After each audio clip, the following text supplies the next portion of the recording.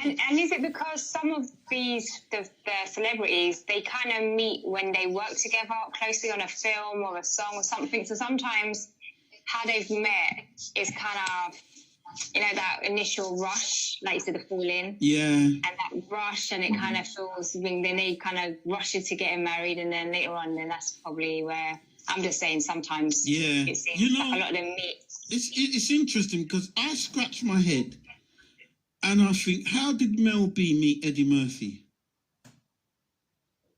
You get what I mean? I was like, huh? Interesting. Interesting. If I was having a dinner party and they were my peoples, I wouldn't have seated them facing each other. I wouldn't be thinking that, them two are going to hit it off. Not because she's not attractive or anything wrong with her, or I'm saying this, but just their vibe, the way, their vibe don't look like, they don't look like the kind of two that would kind of match some, brass northern woman and they met at a party. They met at a party. I'd take your word for it. I believe. Yeah, she met at his. I didn't see that one coming. I didn't see that one coming. You know what I mean? Yeah. No, I wouldn't have seen that one coming. Yeah. Milo. Same here. And she met him after he's divorced from his first wife. Ooh, Eddie. Yeah. Okay. He was just divorcing his wife Nicole when he met Mel B. And Eddie is a man that is famous for half in his stand-up, talking about 50-50. I want half, Eddie. I want half. Yeah. He's a guy that made that famous. Talking about soulmates, Mel B believes Eddie was her soulmate. Yeah. That she was love at first sight. Oh, hear that? Wow. See, that might have been the pheromone kicking in the first 10 seconds, isn't it? That's the pheromone. Yes, the first 10 seconds. Yeah. Or maybe she had a crush on him for when she was young, and so, it just kind of, because sometimes if you have a crush on someone, like you watch them on TV and you have a crush on them and you meet them, and then, I'm just saying. Yeah. How people, and you know what, but sometimes as well, how the tide may even change. Like recently, I've been doing some research. I've got this relationship podcast, and so I check out different things. But I watch some stuff what's out there as well. And there's a program. I think Oprah Winfrey's company run that YouTube channel, and they put out this very well produced series. But it's a third season, right? Called Ready to Love.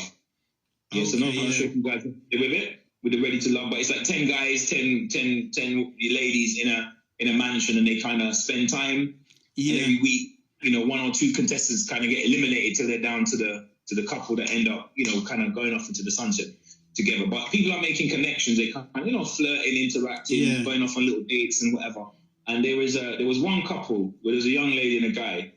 Guy was funny enough, he was a radio personality. Yeah. And this he clicked with this young lady. They were spending a lot of time together, while a lot of the other couples were kind of mingling in between and making double connections. Yeah, they were just them two were locked in. It got to the stage where they brought in like a family member to, let's say, meet the prospective other, right? So let's say this young lady's brought her cousin in, another lady. She brought her female cousin in to kind of give this radio presenter guy a little grilling. Yeah. What's your views on children? Oh, hey, you should be starting already. I'm feeling broody. I'm ready for that. She asked him a number of questions, and then she said, how do you see finance? And remember, these guys looked like they were in love. Yeah. Or they looked so intertwined. Yeah. And he said, well, kind of like hesitant. You could get the gas. You say you do the gas and I do the road tax, or kind of fill in here and there. And she went, what? Fill in? No, like kind of 50, not 50. Like I made a car payment, maybe go half on the mortgage. Even his voice, even the voice pitch started to change. He was uncertain. He was caught between being a traditional man or being a millennial where everything's 50-50. He got caught between feminism and hypergamy. Do you know what I mean? Mm-hmm. He got caught in a bad place. And Hey man, the chemistry died out rapid, man. I mean, rapid. She dropped him like a ton of hot potatoes, and he was out. He got eliminated real quick after that. In fact, all the women turned on him after that. Wow. He was voted out, I think, that episode. But it's very interesting. And that was after trying to rally back. He went and took counsel with a friend, and he went back and he tried to, when I said it like that, what I was trying to, it was unrepairable. It was irreparable, should I say? And I think the phrase that the commentator of the show used said, she cut him to the white meat. And that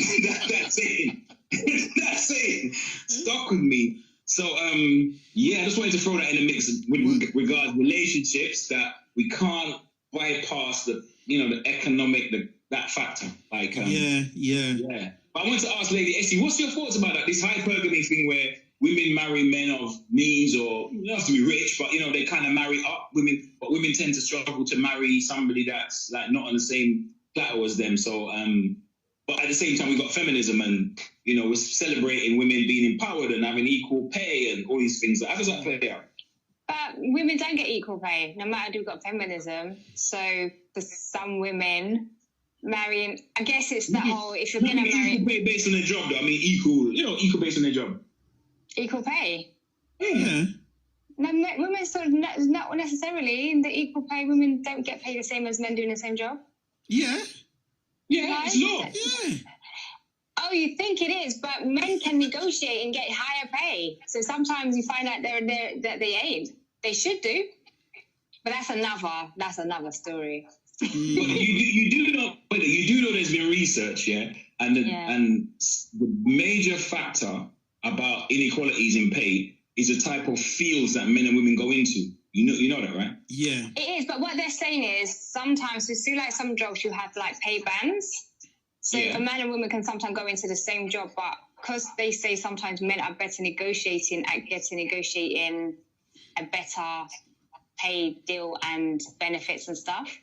Mm-hmm. So sometimes, although man and woman may go for the same job, a man may end up still being paid a higher rate for that same job just because they've negotiated a better pay thing. That's what they're saying as well.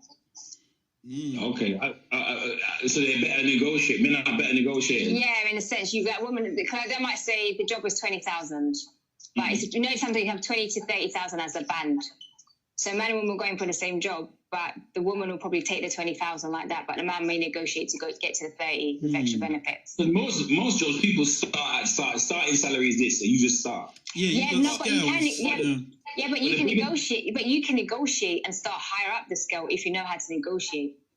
But the biggest factor of the pay inequality is based on the fields that the genders go into. So if both men and women graduate as, for example, nurses, more men will go into those specialist fields and kind of boring things like anaesthetist or something like that, which pays more, or that men are more willing to work longer hours or move and travel, and they men do more dangerous jobs. But don't remember with the BBC, they found out that the male presenters were getting paid more than female ones at times.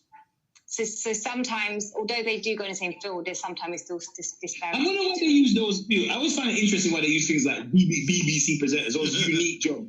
You know what I mean? How come we're pushing for equality in like under the ground in the sewer? We got these rats as big as pit bulls. I want an equal quote or a female rat catchers to show that we have arrived at gender digest. I'm always joking, but I always find it interesting. It's always those high flying fields that we want equality in, but not more female bricklayers and rat catchers. But then it was like football. But like in football, women and men weren't paid the same. Women's football and men's football. So it's things like that. So in certain professions, it still was very unequal, though it should be. Have you seen the stadium at a women's football match? It looked like COVID. I said, have you ever seen the stadium at a women's football match? Yeah. It looked like COVID before lockdown. You know that. But that's Even the women didn't support it, but I'm digressing. I want to get back to the money argument about the power relation. Sorry to digress. I guess it depends on how you think. In a sense, for some women, it would be marrying up. You're not gonna suffer. In a sense, if you're gonna marry someone who has money, who's actually gonna, you're thinking long term. I'm not gonna suffer. I'm not gonna I'm not gonna be struggling. And so if I marry up, I've done well. And wasn't it before, back in the day, wasn't married really a business transaction? You didn't marry for love. Exactly, contract. It was a contract. You married to like two families came together. It was a business deal.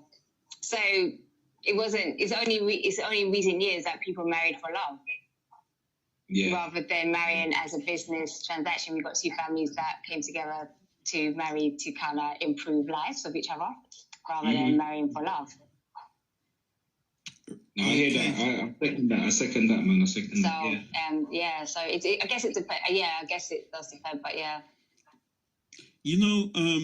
Just going to remind our listeners, this is the Love versus Lyrics edition of the More Knowledge Show. We have Hugh Mays, who's a relationship coach, psychologist, and he runs a YouTube blog, which is going to let us know about very soon. In fact, after this little message I'm going to say. But one of the things I want to say is that this is my personal opinion. I think that when you get married and you go and see the pastor, you should get a receipt. Yeah? And when you have a receipt for something and something is wrong, what do? You bring it back. But they can't give you a receipt, though. No, but I'm saying that when a couple is facing adversities, challenges and things, you go back to the person that put you together, that signed that deal to say, right, what is the problem here? Though. No, but in other words, it's just like conflict resolution. If there's a problem, right, somebody needs to be the person in the middle. No, but saying that within, like in Ghana, for example, if you are going to get married, you actually do have the traditional marriage. You do actually have to meet the two families do meet together, and you nominate someone from the woman's family and someone from the man's family. So if there is a problem, you do have two people to go to. So actually, when you get married, it's not two individuals; you're two families coming together. Yeah. So so if you have a traditional marriage, in a sense, you have to have the families meet beforehand, and you nominate two people. So if there is a problem in the marriage at the beginning, no, even throughout the whole, during the marriage, you still have those family members that you still go to. So if the marriage ends, you have to then go back to that person and say, "I'm coming to end the marriage." Yeah. So actually, it is done in some cultures where you do have someone that is there that you go to. Like Hugh was saying earlier, that if you need help, you go and seek help. They're the two people you need to go to go and talk to go and try and solve the problem. So that is something in the culture that is available, but I don't think it's practiced as much as it should be. Okay. I actually see a lot of clients, Middle Eastern clients, Asian clients, and there are those mechanisms in different cultures, in quite a few different cultures, traditional cultures, for want of a better term, where there are those third parties on either side where things are going a bit pear-shaped. Elders or those respected people in the different clans that come together and negotiate. Just like when some marriages are happening, they kind of negotiate how much the dowry is going to be, and certain things are ironed out. It's not just up to the bride and groom, but it'll be elders that kind of go back and forth till an agreement is made. Sometimes you see things where sometimes the young people are in love and say, we just want to get married, but the families are saying, no, you can't pay 4,000 for my daughter. Like, no, we want 8,000 in gold, and they're going back and forth. Yeah, so those are the same people, if they're having conflict resolution, to kind of increase the communication and bring back the respect if there's issues going on, then those parties sit down on either side, speak about it, iron it out, and then they go back and like say two lawyers going in a room deciding, and then they go back and inform their clients, look, you've got to go forward, but this is the agreement, this is the understanding. Oh, okay. Hugh, I just want to you to give us a little backdrop. Not even a little. Give us a backdrop to what your YouTube and your TV channel is about, and what have we got to look forward on that TV channel?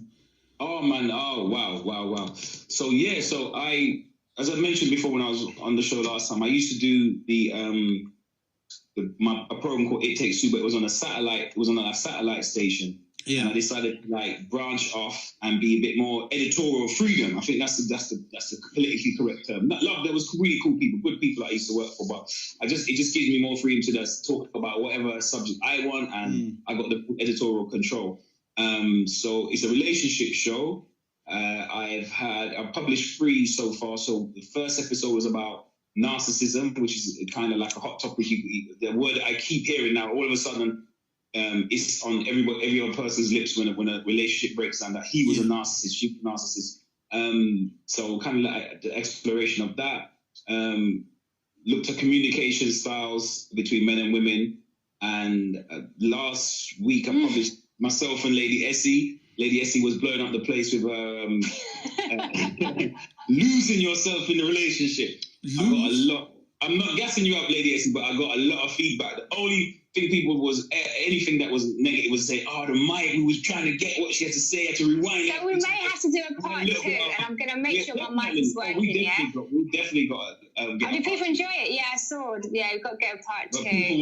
People was feeling that one in particular, because it talks about the components of long-term relationships and how sometimes we lose our identity. So. You know what I mean? Me and Lady Esi, we went in a bit deep. We went in deep, how we lose ourselves, and how do you find yourself back if you do lose yourself? Because sometimes it also, I guess, in talking about relationships breaking down, I guess sometimes it's the fact that you've lost yourself. So you think you have to leave the other person, but sometimes you can do the work without leaving them. Mm-hmm.